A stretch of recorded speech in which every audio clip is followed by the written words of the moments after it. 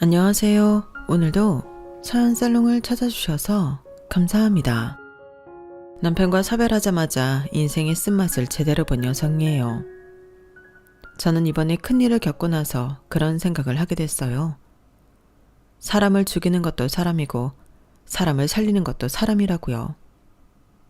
남편이 세상을 떠나고 생각지도 못했던 빚더미에 오르게 됐을 때 정말 숨이 꽉 막혀서 죽을 것만 같았어요.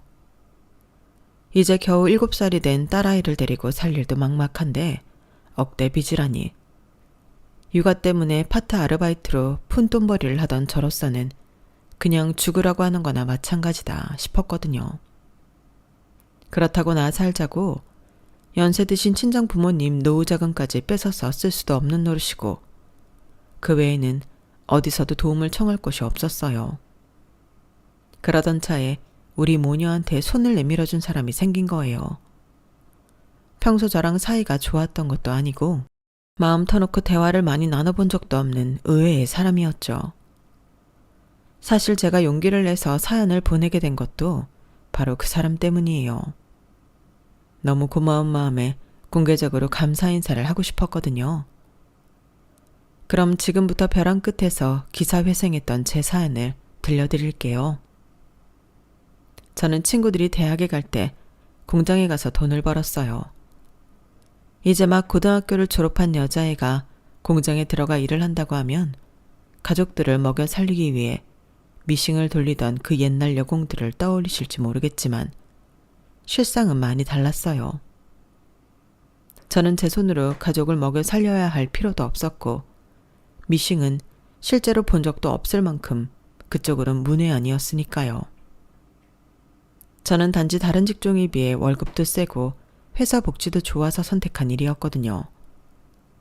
어린 시절부터 딱히 공부에 소질이 없었던 터라 저희 부모님도 제가 대학에 들어갈 수 있을 거라는 기대는 하지 않으셨어요. 그저 밝고 건강하게 자라주기만을 바랐을 뿐이었죠.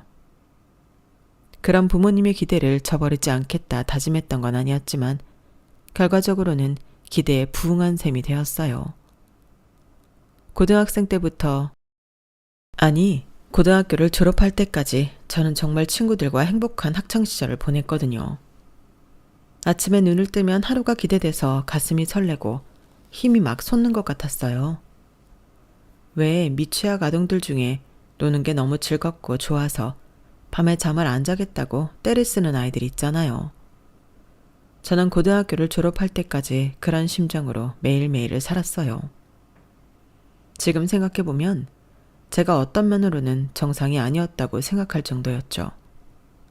무슨 일이든 재미있게 할 수 있을 것 같았고 그 일로 돈을 모아서 내가 좋아하는 것도 사 먹고 가고 싶은 곳으로 여행도 가고 옷이랑 구두, 액세서리도 사고 싶었어요. 결과적으로는 잘한 선택이었죠. 왜냐면 거기서 제 남편도 만날 수 있었거든요. 제가 남편을 만난 건 22살 때였는데 직급으로 보면 남편은 관리자였고 저는 말단 노동자였어요. 그래서 공장에서 일하는 동안 남편 도움을 많이 받기도 했어요. 제 직업은 비록 반도체 공장 생산직이었지만 남편은 어엿한 대학을 나온 대졸 관리직 직원이었어요. 그런 사람이 대학 문턱에도 못 가본 생산직 여직원과 사귄다고 하자 남편 동료들 중에는 이런 말을 하는 사람들도 있었어요. 성준 씨는 결혼 생각은 안 해? 어린애 데리고 놀 생각 말고 제대로 된 여자 만나 가정을 이룰 생각을 해야지. 애들은 엄마 머리 담는다는데 대학도 안 나온 여자랑 결혼까지 하는 건 좀 그렇잖아? 그냥 한 몇 달 데리고 놀다 끝내. 결혼 상대는 내가 소개해 줄 테니까. 그 말에 남편은 불같이 화를 냈어요.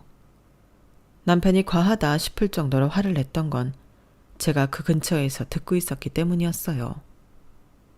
그걸 몰랐던 남편 동료는 자기가 틀린 말을 한 것도 아닌데 왜 그렇게 화를 내냐며 오히려 자기가 화를 내더군요.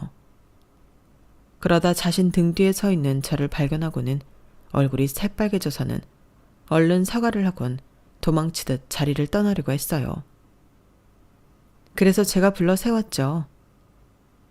사과는 받을게요. 그리고 윤대리님이 하신 말씀이 다 틀린 건 아니라고 생각해요. 저희 엄마도 종종 그런 말씀을 하셨거든요.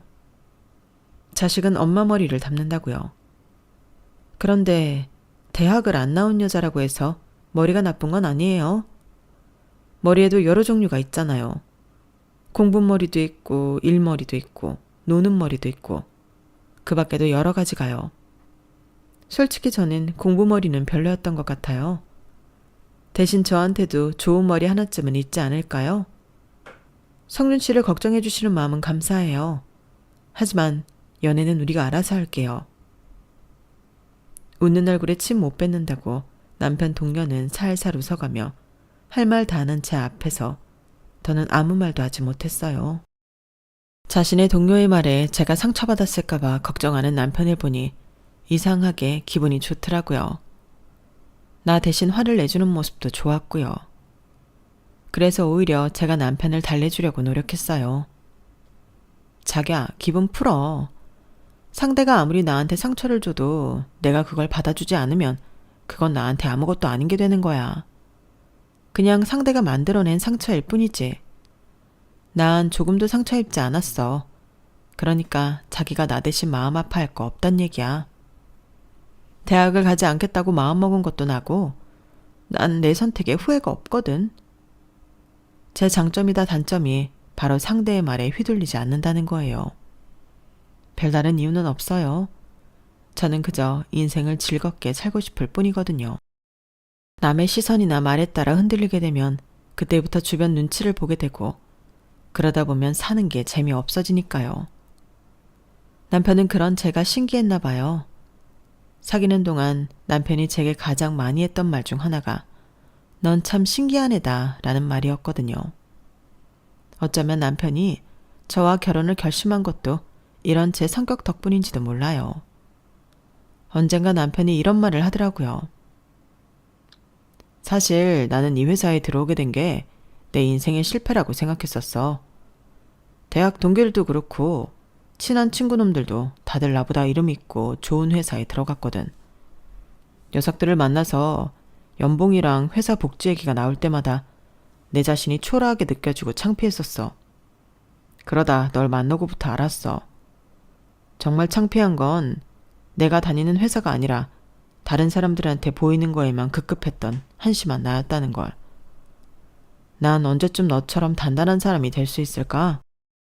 사실 저는 제가 단단한 사람이라는 생각은 안 해요. 그냥 태어날 때부터 나한테 주어진 하루하루가 너무 소중해서 행복해지고 싶다는 생각을 한 뿐인 거니까요. 그래서 24밖에 안 된 어린 나이에 결혼을 하면서도 앞으로 펼쳐질 결혼 생활에 대한 걱정보다는 청사진만 돌려봤던 것 같아요. 결혼을 하고는 일뿐만 아니라 집안 살림까지 겸해야 해서 노동시간이 긴 공장을 그만두고 집 근처 다이소에 취직을 했어요. 처음부터 정직원이 된 건 아니고 파트 사원으로 일하다가 점장님이 정직원 추천을 해주셔서 입사한 지 1년도 안 돼서 정직원이 되었어요. 처음 들어갔을 땐 진열 일을 했었는데 정직원이 되고부터는 점장님이 캐셔를 맡으라고 하시더라고요. 속으로 얼마나 쾌재를 불렀나 몰라요. 솔직히 진열하는 일이 스트레스가 좀 심한 편이거든요. 저도 나름대로 공장 일을 오래 해서 손이 빠른 편이긴 했는데 엄청난 물량을 3시간 안에 정확히 진열하는 건 매일매일 시간과의 싸움이었거든요. 다들 아시겠지만 다이소 제품 종류가 엄청 많잖아요. 거기다 손님이 많다 보니 재고 빠지는 속도도 엄청나고. 하지만 진짜 문제는 따로 있었어요. 그건 바로 제 사수였죠. 제 사수가 좀 야박한 사람이었거든요. 뭘 제대로 가르쳐주질 않는 거예요. 그래놓고는 제가 질문을 하면 한숨부터 푹 쉬고는 몇 번을 말해줘야 하냐고 화부터 내더군요. 애초에 가르쳐주지도 않았으면서 말이죠. 아무튼 처음엔 일이 서툴고 잘 모르는 일을 시간에 쫓겨가면서 일을 하다 보니 실수도 많았어요. 그러니 사수한테 지적도 많이 받았고요. 그러니 일이 재미있을 리가 없었죠. 태어나서 처음으로 밥맛이 없을 정도로 나름 스트레스를 받게 된 거예요. 그런데 타고난 천성이 그런 건지 얼마 지나지 않아서 사수가 지적을 하면서 인신공격에 가까운 핀잔을 주어도 그렇게 크게 타격을 받지 않게 되더라고요. 그런 모습에 사수는 더 화가 났는지 다른 직원들 앞에서까지 제게 과할 정도의 핀잔과 수치심을 느낄 만큼의 폭언을 일삼았고, 우연히 그 장면을 목격한 점장님이 사수를 불러 개인 면담을 하셨어요. 그리고 얼마 뒤 사수는 다른 지점으로 업무 지원을 가게 되었죠. 그때 점장님이 그러시더라고요. 세화 씨는 참 대단한 사람이네요.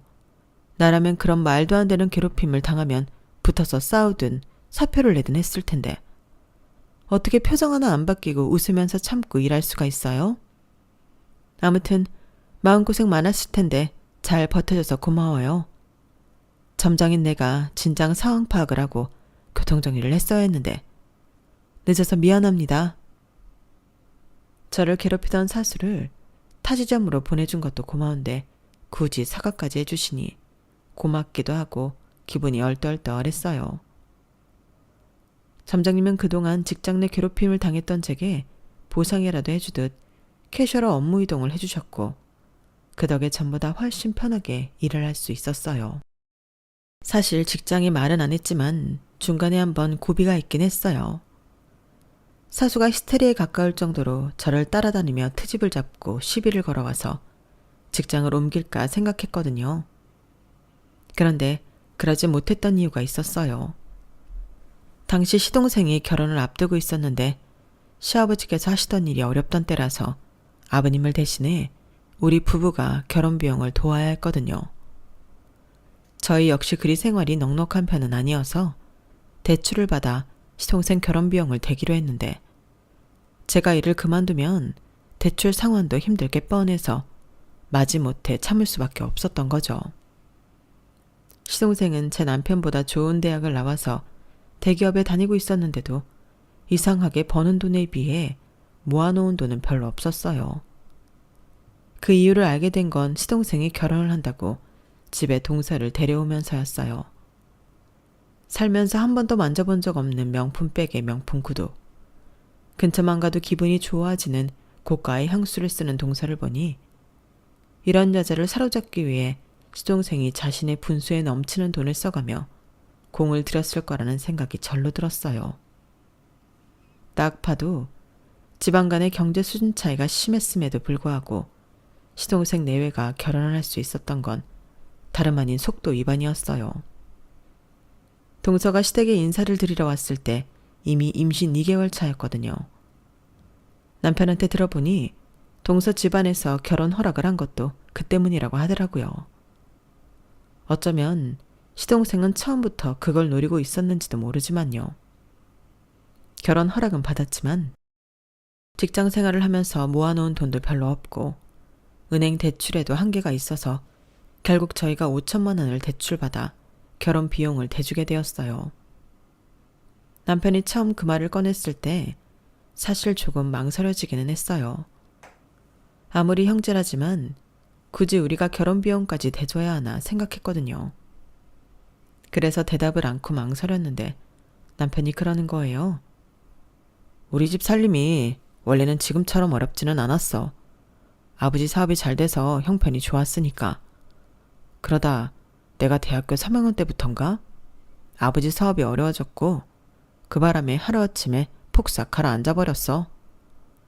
못 살던 집 살림이 피면 첫째가 제일 혜택을 못 받고 잘 살던 집이 망하면 막내가 제일 고생이라고 하잖아. 우리 집은 후자라서 막내인 종민이가 고생을 많이 했어. 나는 장남인 덕분에 과외며 학원, 해외 어학연수까지 누릴 건 다 누리고 살았지만 종민이는 그렇지 못했거든. 내가 군생활할 때 종민이가 고등학생이어서 형으로서 도움도 못 해줘서 특히 늘 마음 한구석에 미안한 마음이 있어. 학원은커녕 문제집도 제대로 못 써보고 공부해야 했거든. 그래도 워낙 똑똑한 놈이라 명문대로 척하니 들어가고 대학 4년 내내 장학금 받아가며 공부했으니 참 대견한 놈이지. 당신한테는 미안한 말이지만 부모한테 받을 거 다 받고 자란 형으로서 동생한테 조금이나마 도움을 주고 싶어. 내가 이렇게 부탁할게 여보. 동생에 대한 미안함을 가지고 사는 남편을 보니 딱 잘라 거절할 수가 없었어요.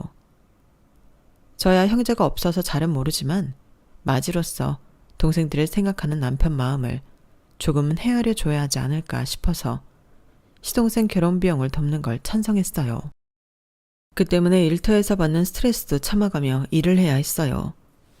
그런데 몇 해 뒤 신우이가 결혼할 때가 되니 괜한 짓을 했었다는 후회가 들더라고요. 이렇게 나 결혼 비용 얼마나 대줄 거예요? 종민이 때 5천 해줬으니까 나도 그 정도 해줄 거죠? 더 해주면 좋고. 아가씨, 그게 무슨 소리예요? 결혼 비용을 대달라뇨. 저희 형편 뻔히 알면서 그래요. 내가 유빈이 낳고 일도 쉬고 있는데 무슨 돈이 있어요? 어머, 그럼 나는 결혼 비용 안 대줄 생각이었어요? 아니, 이런 게 어딨어요. 막내는 결혼 얘기 나오자마자 바로 돈 해주더니 왜 나만 안 해준다는 거냐고요? 솔직히 우리 큰오빠는 잘하면서 부모님 덕 많이 받지만 나 때는 집이 망해서 해외 어학연수는커녕 대학도 갔다고요. 큰오빠는 아빠한테 받을 거 다 받았으니까 번듯한 대학 나와 이름 있는 직장도 다니고 이 정도 사는 거잖아요. 그런 혜택을 받았으면 동생한테 자기가 받은 거에 반의 반이라도 갚아줘야 하는 거 아니냐고요. 내 말이 틀려요? 그러니까 나도 결혼 비용 대줘요. 나도 종민이랑 똑같이 5천 해달라고요. 신우이가 결혼을 앞두고 이런 말을 꺼낼 줄은 정말 몰랐었기에 황당하기만 했어요. 똑같은 동생인데 누구는 돈 해주고 누구는 안 해주냐면서 신우이는 몇 달이나 저희 부부를 힘들게 했어요. 오빠, 우리 삼남매 중에서 대학 못 나온 건 나밖에 없어. 나는 뭐 대학 안 가고 싶었는 줄 알아? 솔직히 중학생 때까지만 해도 내가 오빠보다 공부 더 잘한 거 알지? 우리 집 망하고 학원 하나 제대로 못 다니게 되면서 그때부터 나 성적 떨어진 거라고. 아빠한테 오빠만큼 금전적인 지원 받았으면 나도 그깟 대학 당연히 들어갔을 거라고. 그랬으면 내가 이 고생하고 살았겠어? 나도 더 좋은 조건 가진 남자 만나 훨씬 폼나게 결혼하고 살았을 거란 말이야. 게다가 나는 오빠랑 종민이랑 다르게 집안 살림도 하고 살았잖아. 엄마 대신 내가 중학생 때부터 집안일 해온 거 기억 안 나? 그랬으면 종민이는 못 해줘도 나는 해줘야지. 어떻게 나만 못 해준다고 이러냐고. 그동안 내가 집안일 해온 거 파출 도우미 식여료만 줘도 5천은 될 거야. 아버님 사업 실패 충격에 시어머니께서 일찍 돌아가시고 어린 신우이가 집안 살림을 해온 건 사실이에요. 본인은 그 때문에 결혼도 늦어졌다고 하는데 그 말이 사실인지 아닌지는 잘 모르겠지만요. 아무튼 자신의 희생을 돈으로 환산해달라는 신우이의 말은 정당한 요구인지는 모르겠지만 하필 그걸 왜 우리한테 요구하냐고요. 그렇게 따지면 저는 무슨 죄예요? 그런데 이번에도 남편은 제게 부탁을 하더라고요. 5천까지는 아니어도 3천 정도라도 만들어주자고요. 하지만 당시에 저는 출산 이후 일을 쉬고 있던 때였고 남편 앞으로는 이미 대출을 풀로 받은 처지라 돈을 마련할 방법이 없었어요. 그래서 제가 친정 부모님께 돈을 빌려다 신우이 결혼 비용을 대주게 되었어요. 없는 살림에 신우이랑 시동생 결혼 비용을 대주다 보니 정작 저희 형편은 나아질 기미가 보이지 않았어요. 육아만 아니었다면 저도 나서서 돈을 벌었겠지만 아이를 봐줄 사람이 없어서 그러지도 못했어요.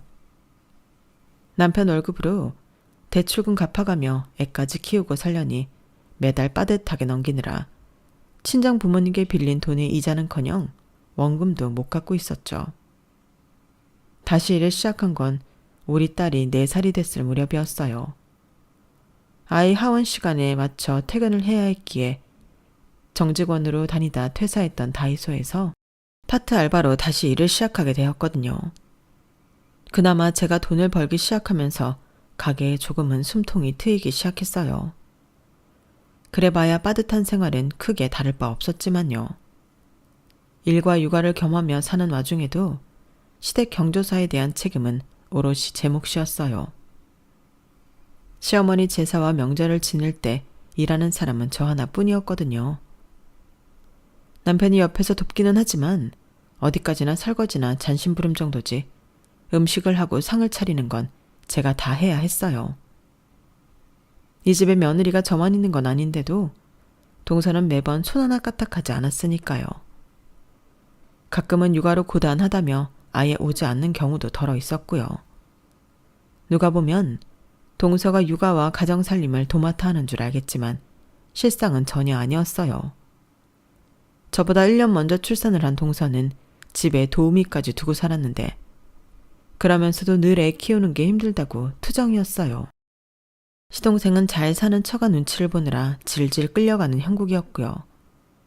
시누이는 시누이대로 일해야 할 때면 자기는 출가 외인이라고 못을 박았어요. 이런 경우 집안 어른인 시아버지께서 교통정리를 하셔야 하지만 저희 아버님은 그럴 생각을 하지 않으셨어요. 맏며느리가 집안이라는 게 당연한 거 아니냐는 식이었죠. 아버님은 그저 자신이 받아 챙길 것만 알뜰히 챙기면 되는 그런 분이었어요. 둘째 며느리가 보내는 용돈과 딸 사위가 보내는 보약에만 신경 쓰는 분이었거든요. 그깟 명절 음식 뭐 얼마나 된다고? 큰애 너는 우거지상을 하고 있냐? 네 시어머니도 살아생전에 다 했던 일이다. 너만 그렇게 사는 거 아니야. 그러게 누가 맏며느리로 들어오라디? 그게 다 네 팔자거니 생각하고 받아들여라. 말이라도 못하면 밉지라도 않지. 아버님은 꼭 이렇게 대못을 받곤 하셨어요. 아버지, 무슨 말씀이 그래요? 차라리 수고했다고 한마디 하시면 될 일을 굳이 그런 식으로 사람 가슴에 칼 꼽으십니까? 아버지가 자꾸 이러시면 저도 앞으로는 이 사람 일 못하게 집에 두고 혼자 올 겁니다. 매번 이 사람 혼자 허리 한번 못 펴고 주방에서 전전긍긍하는 거 더는 못 보겠다고요. 몇 년을 참아오던 남편은 급기야 아버님 앞에서 화를 냈고 그 일로 시동생과 시누이까지 달려들어 싸움이 커져버렸어요. 즐거워야 할 명절에 온 가족이 갈갈이 찢어져서 말다툼을 하게 되자 이게 전부 나 때문인 것만 같아서 마음이 무겁더라고요. 낙천적이고 상처 잘 안 받던 제 성격도 빡빡한 인생살이에 치이다 보니 여지없이 무너져 버렸어요. 예전처럼 사는 게 즐겁지도 않고 타인의 곱지 않은 시선도 고스란히 느끼며 살게 되었으니까요. 그렇게 박한 생활에 찌들어가던 어느 날 그나마 저를 지탱해주던 남편이 사고로 세상을 떠나고 말았어요.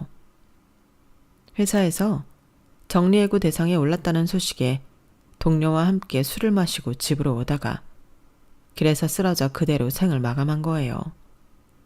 사인은 심장마비였어요. 함께 술을 마신 동료들 말에 따르면 회사에서 퇴사를 강요하는 압박에 평소 스트레스가 심했다고 했지만 쓰러진 장소가 회사가 아닌 술집 앞 도로였기 때문에 회사로부터 그 어떤 보상도 받을 수 없었어요. 그런데 안 좋은 일은 연달아 일어난다고 제 남편의 갑작스런 죽음에 충격을 받으신 시아버지께서 큰아들의 부고를 듣고 쓰러지셨는데 그 후로 의식이 돌아오지 않게 된 거예요. 제 남편 장례식장에 모인 집안 어른들은 이러다 줄초석 나는 거 아니냐고 걱정들을 하셨죠. 그런데 안 좋은 일은 여기서 그치지 않고 얼마 뒤 시동생 부부의 이혼으로 이어졌어요. 동서를 만나 얘기를 들어보니 동서는 신혼 초부터 이혼을 요구했던 모양이더라고요. 그런데 지금까지 들은 척도 않던 시동생이 갑자기 무슨 바람이 불었나 이혼을 해주겠다고 그러더래요. 그러면서 자신을 알코올 중독의 정신 이상으로 몰아 양육권을 빼시려 한다더군요. 이미 집에서 일하던 도우미 아주머니와 짜고 말까지 맞춘 뒤라 동서한테 불리한 상황이 된 모양이었어요. 그래서 동서가 제게 법정에서 증언을 해달라고 하더라고요.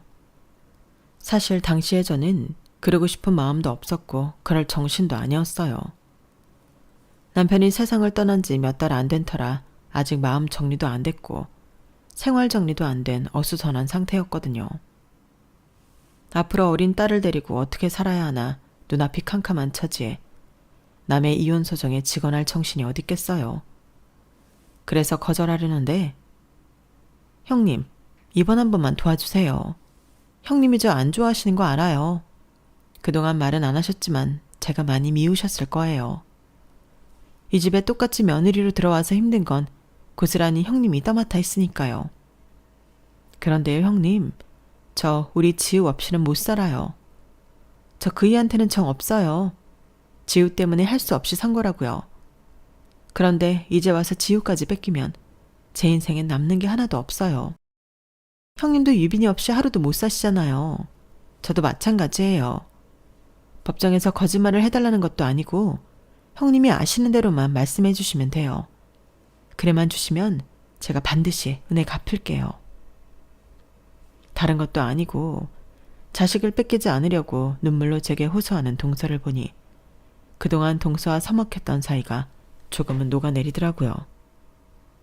똑같이 자식 기르고 사는 처지에 모른 척 할 수 없어서 결국 법정 증언을 해주었어요. 동서는 평소 술은커녕 알코올이 든 음료나 초콜릿도 먹지 않았다는 것과 아이한테 히스테리를 부리거나 함부로 욕설을 퍼붓는 일은 없었다는 걸 말해주었죠. 오히려 시동생이 평소 언행이 바르지 않았던 점, 술을 마시면 자기 형과 아버지한테도 주먹질을 하며 달려들었던 것까지 다 말했어요. 덕분에 동서는 양육권과 친권을 얻을 수 있었고 그 일로 시동생은 제게 앙심을 품게 되었죠. 어느 날이었어요. 밤에 우리 집 초인종이 요란하게 울리길래 인터폰을 확인했더니 술에 취한 시동생이 야구방망이를 손에 들고 대문을 부슬듯 두드리며 문을 열라고 소리치지 뭐예요. 남편도 없는 마당에 너무 겁이 나서 딸아이를 끌어안고 경찰에 신고를 했어요. 다행히 잠시 뒤 달려온 지구대 경찰이 시동생을 연행했고 그날 밤은 무사히 넘길 수가 있었어요. 제가 법정에서 증언을 하는 바람에 동서한테 아들을 뺏기고 위자료도 못 받았다고 시위를 한 거였죠.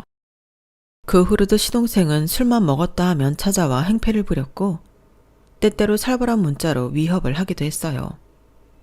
남이면 접근 금지라도 신청하겠지만 가족이니 그러지도 못하고 마음만 졸일 뿐이었어요.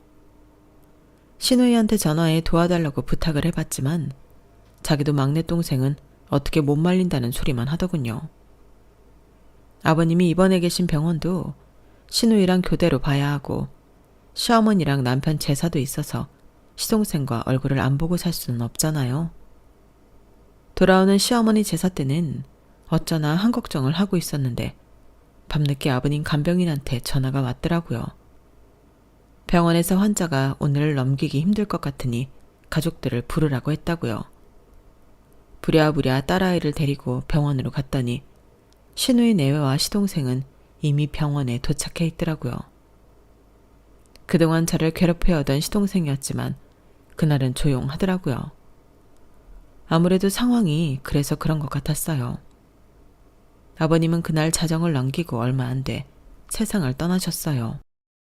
남편이 세상을 떠나고 몇 달간 병상에 의식도 없이 누워 계셨던 터라 신우이와 시동생은 어느 정도 마음의 준비를 하고 있었던 것 같더라고요.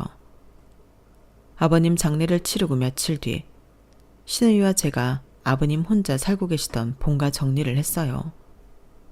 저희 아버님이 뭘 버리지 못하는 성격이라서 창고에 먼지 쌓인 서류부터 예전에 사업을 하실 때 쓰시던 장부 하나하나까지 죄다 박스에 들어있더라고요. 신우이는 그걸 하나씩 꺼내보며 가끔 눈물을 짓기도 했고 손으로 먼지를 쓸어내기도 했어요. 가구랑 큰 집기는 스티커를 사다 붙여서 내놓았고 가전제품은 무료로 수거해주는 정부기관에 신청을 해놓았어요. 그리고 아버님이 사시던 집은 부동산에 내놓기로 했어요. 은행에 대출이 많이 끼어있는 집이라서 팔아도 손에 쥐는 건 얼마 안 될 거라고 하더군요. 신우이는 집이 팔리면 3등분해서 새 집이 나눠 갖자며 집이 팔리면 연락을 주겠다고 했어요. 그렇게 일주일도 안 된 어느 날 신우이가 전화를 했더라고요. 벌써 집이 팔렸나 하고는 내심 기대를 했는데 뜻밖에도 이상한 소리를 하지 뭐예요. 올케 언니, 오빠가 사금융에서 집 담보로 돈 빌린 거 알고 있었어? 2억 5천이나 빌렸다는데 알고 있었냐고. 아니, 그게 무슨 소리예요? 우리 그이가 왜 돈을 빌려요? 그랬으면 돈이라도 쥐고 있었을 텐데? 우리한테 그런 돈이 어딨다고. 몰라. 아빠가 가지고 있던 서류 중에 오빠 이름으로 된 차용증이 있더라고. 날짜를 보니까 오빠가 죽기 한 달 전이길래 우리 그이가 업체에 전화해봤더니 안 그래도 전화 통화도 안 되고 이자도 안 들어와서 주소지로 찾아갈 생각이었다는 거야. 당장 정금 청원하라고 난리야. 정말 몰랐던 거야? 느닷없는 사채 얘기에 심장이 뚝 떨어지는 기분이었어요. 2억 5천이나 사채를 쓸 생각이었다면 남편이 제게 말을 안 했을 리 없다는 건 알지만 그래도 모르는 일이니까요. 남편이 생전에 회사에서 퇴사 압박을 받자 종종 그런 말을 했거든요. 여보, 퇴직금이랑 대출 좀 받아서 치킨집이라도 차릴까? 경험이 없으니까 돈이 좀 들더라도 프랜차이즈로 하는 게 좋겠지. 당신이 좋아하는 땡땡땡 치킨으로 할까?